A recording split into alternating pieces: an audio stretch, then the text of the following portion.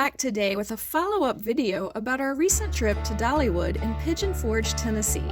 In our previous video, we shared an overview of the park's rides and attractions, and today we're going to take a look at the new nighttime show that was offered at Dollywood this summer, entitled Sweet Summer Nights, a state-of-the-art multi-sensory experience that ended each day at the park during summer 2021.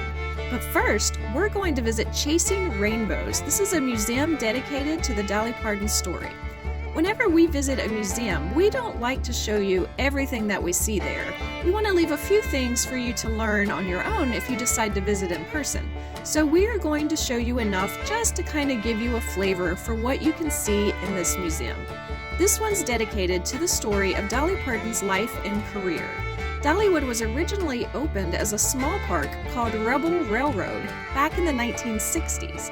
It eventually was renamed Silver Dollar City in 1977. Then, in 1986, Dolly Parton entered the theme park business when she invested heavily in the park. It grew and became much more of an attraction in Pigeon Forge, right near her hometown.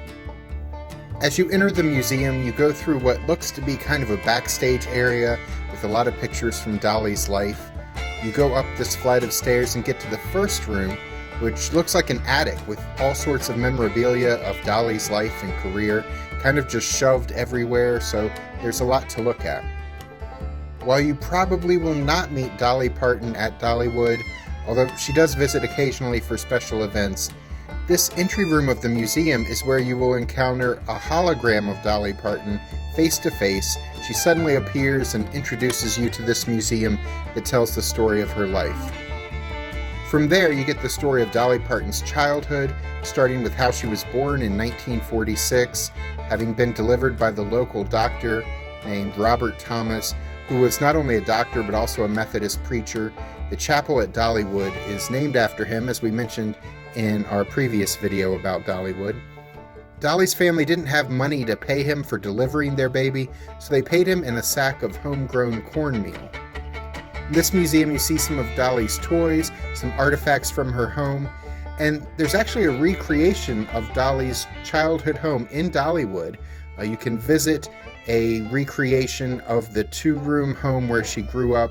It's in the Rivertown Junction section of the park. Throughout this museum, there's exhibits about people who had an influence on Dolly's life. For example, there's her grandfather, who was a pastor, and this exhibit about him talks about the influence he had on Dolly, which she said led to her love of both God and music. The coolest artifact in this museum, in my opinion, is Dolly Parton's coat of many colors.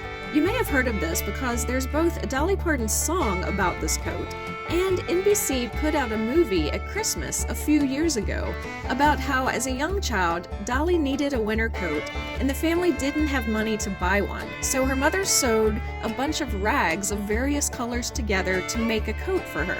Dolly loved that coat, but the kids at her school made fun of her for her coat made from rags. There are exhibits about different times in Dolly's life where she was influenced musically.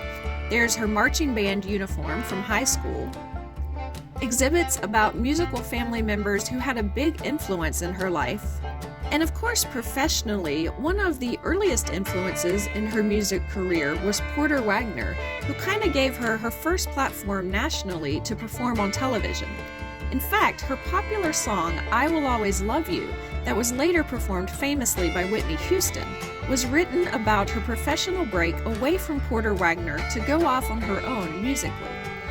Another major part of this museum is that it houses a lot of the costumes that Dolly Parton has worn in concerts and videos and in movies over her 50-plus year career. It was very cool to see these actual artifacts from her career up close.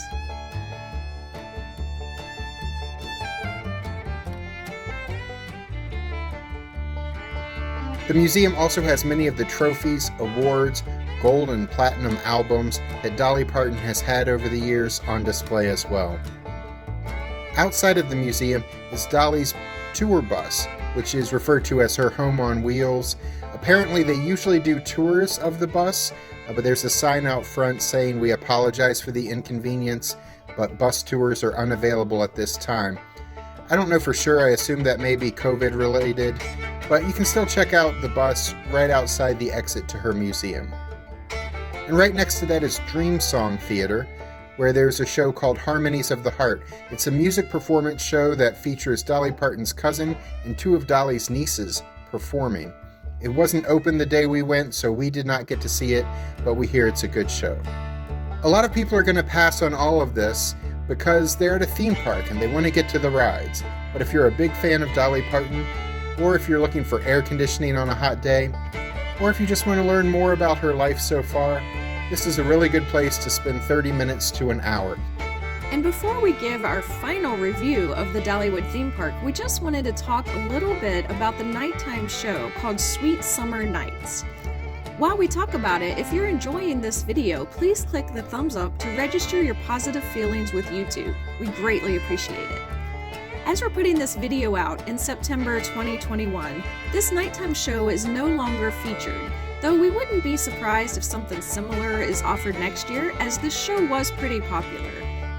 During the summer of 2021, this state-of-the-art show ended each park day. The show took place about 9:40 p.m. and the park closed right around the time the show started. Before the fireworks, there would be a dance party each night under the limbs of the magical wildwood tree over in the new Wildwood Grove section of the park.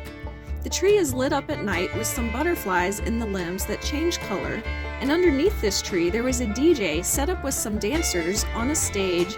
They were set up to lead the crowd in a dance party while we waited for the evening fireworks show to begin.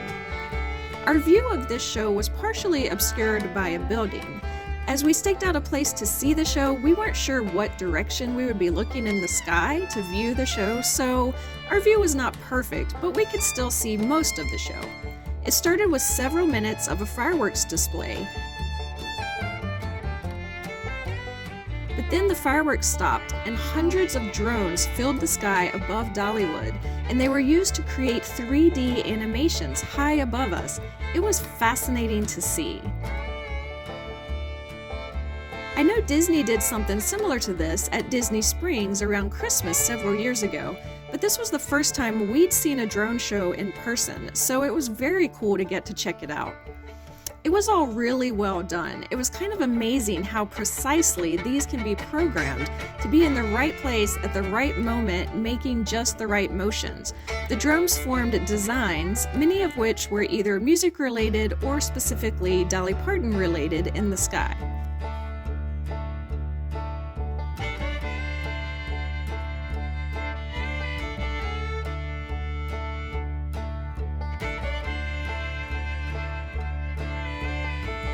After about 8 minutes, the drone portion of the show closed, with the drones forming a giant butterfly that was actually flapping its wings. Of course, butterflies are kind of the mascot of the Dollywood Park and Resort.